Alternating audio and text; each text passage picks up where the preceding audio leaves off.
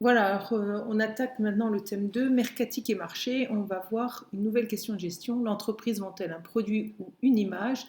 Donc on va travailler sur l'offre de l'entreprise. Alors les caractéristiques de l'offre. Donc l'offre, c'est une combinaison de produits et de services qui sont proposés par une entreprise à sa clientèle. Et donc le produit est une combinaison de composantes matérielles et immatérielles. Donc on va commencer par regarder les composantes matérielles de l'offre. Donc, dans l'offre commerciale, on a les produits intangibles et non stockables qu'on appelle les services, et on a les produits tangibles ou stockables qu'on appelle les biens. Alors, on a plusieurs choses concernant l'offre. L'enveloppe du produit, d'une part, et deuxièmement, l'apparence visuelle du produit. Alors, dans l'enveloppe du produit, on a deux choses, on a le conditionnement et l'emballage. Le conditionnement, c'est la première enveloppe du produit et l'emballage, c'est l'enveloppe successive du produit. Emballage et conditionnement, ça s'appelle le packaging. L'apparence visuelle du produit, c'est tout ce qui est stylique et design. Alors, la stylique et le design, qu'est-ce que c'est? Ça représente l'ensemble des techniques qui permettent d'adapter la forme et les couleurs à l'image du produit. Le métier de designer, c'est la recherche d'un style visuel qui va permettre d'affirmer l'identité de l'entreprise et de la différencier de la concurrence. Donc d'un côté, tout ce qui est enveloppe du produit et de l'autre côté, tout ce qui est apparence visuelle du produit. Alors, quand on parle d'enveloppe et d'apparence visuelle du produit, on a d'abord toutes les fonctions qu'on va dire techniques. Alors, les fonctions techniques, qui sont les fonctions du packaging, sont des fonctions qui vont permettre de conserver le produit, d'assurer son stockage, d'assurer son transport, d'assurer son recyclage et d'assurer aussi son bon usage. Ce sont des caractéristiques évidemment essentielles et de base concernant les produits. En ce qui concerne l'apparence visuelle du produit, on va parler plutôt de fonctions commerciales, affirmer l'identité de la marque, différencier le produit des concurrents. Donc elles sont primordiales parce qu'elles vont contribuer au succès commercial du produit et donc pour les entreprises, ce sont des éléments forts d'identification de l'offre.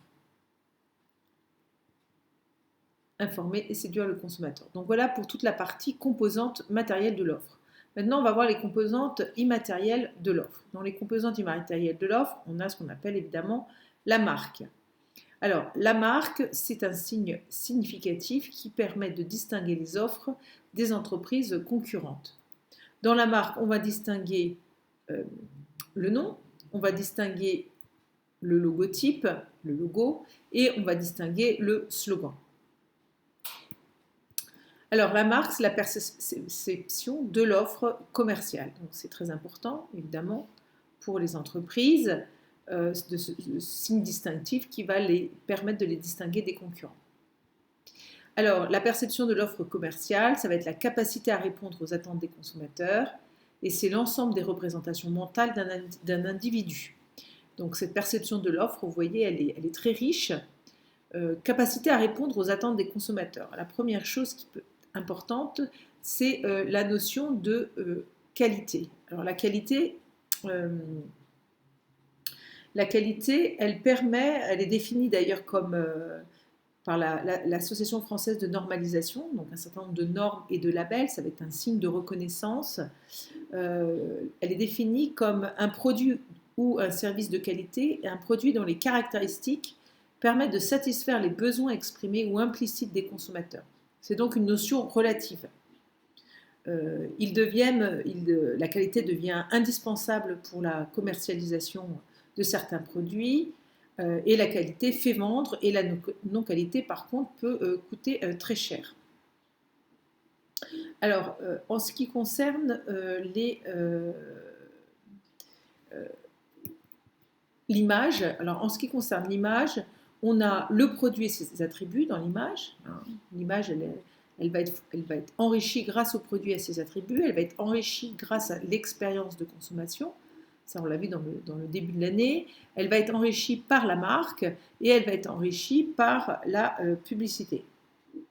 Voilà, donc l'image, vous voyez, c'est très riche, c'est l'ensemble des représentations mentales d'un individu qui vont participer de la perception de l'offre commerciale.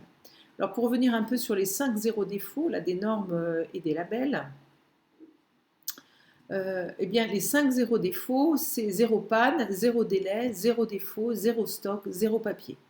Et donc pour cela, évidemment, il va y avoir des contrôles qualité mis en place par les organisations pour que cette perception de l'offre soit de meilleure qualité possible pour le consommateur.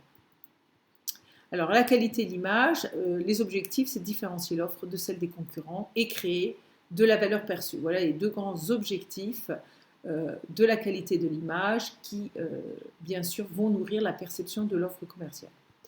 Alors maintenant, comment on construit une offre par les entreprises? Alors on a ce qu'on appelle l'offre globale. L'offre globale, elle est faite d'une offre principale de biens et de services, et à retenir, c'est important, d'une offre associée de biens ou de services payants ou non.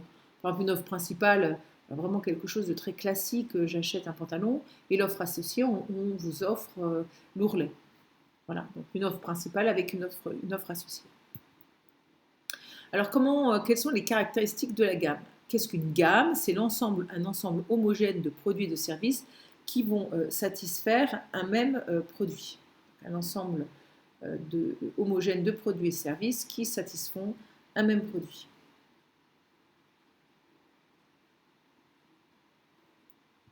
Alors, cette gamme, elle va avoir une dimension. On va parler de largeur, de profondeur ou de longueur de gamme. Alors, on rentrera dans les détails de ces trois notions. Elle a aussi un niveau. On va dire que la gamme, c'est une entrée de gamme, une moyenne gamme ou une haute gamme. Alors, largeur, profondeur de gamme sont très importantes. Ça va concerner tout ce qui va concerner en fait le nombre de références concernant un produit. Et puis, pour chaque référence, eh bien, dans la gamme des shampoings, on va avoir les shampoings antipelliculaires, les shampoings pour produits avec coloration, les shampoings normaux, etc.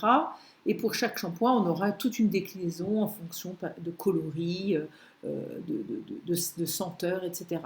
Donc on va avoir une largeur en nombre de références et puis une profondeur, un choix par type de produit. Le niveau de gamme, on verra, c'est en termes de prix et de qualité. Est-ce qu'on est plutôt sur une entrée, une moyenne ou une haut de gamme? Alors, les rôles des produits dans la gamme. Premier rôle, il y a les produits qu'on appelle produits leaders. Deuxième rôle, on va avoir les produits d'appel. Troisième rôle, on va voir les produits régulateurs. Et dernier rôle, les produits contributeurs. Alors, tous ces types de produits dans une gamme sont importants. Le produit leader, il va générer du chiffre d'affaires. Le produit d'appel, il va contribuer à faire connaître la gamme des produits grâce à un prix attractif. Le produit régulateur, il va assurer à l'entreprise un chiffre d'affaires régulier sur l'année. Et le produit contributeur, c'est celui qui porte l'image de l'entreprise et qui va dégager de fortes marges. Donc on a des produits qui attirent le client, on a des produits qui font du chiffre d'affaires, on a des produits qui font de la marge, du bénéfice. Tous ces produits jouent un rôle dans la gamme tout à fait important. Donc la largeur de gamme, nombre de lignes de produits et de services. La profondeur de gamme, c'est le nombre de références proposées par ligne de produit. Et la longueur ou l'amplitude, c'est l'étendue de la gamme, c'est le nombre de références offertes avec toutes les lignes de produits confondues. Voilà. Donc vous voyez qu'on a tout un travail sur la gamme absolument essentiel pour les organisations. Alors en grand 2, on va voir maintenant la politique de marque. Alors donc encore autre chose. Donc dans la politique de marque, on a différents types de politique de marque. On a la marque produit, ce qu'on appelle les marques ombrelles, les marques caution, les alliances de marque ou le co-branding et les extensions de marque ou le brand stretching. Alors la marque produit, qu'est-ce que c'est? C'est lorsque l'entreprise associe un nom et une promesse à chaque type de produit ou gamme de produits. Par exemple, le Procter & Gamble, il possède Pampers, Ariel, Pantene, Fluocaril, et il va associer pour chaque type de produit, les dentifrices, les couches, la lessive, il va associer une marque. Donc, une marque produit ou une marque de gamme à chaque fois différente. La marque ombrelle, c'est lorsque l'entreprise va commercialiser un ensemble de produits qui sont hétérogènes, mais sous la même marque.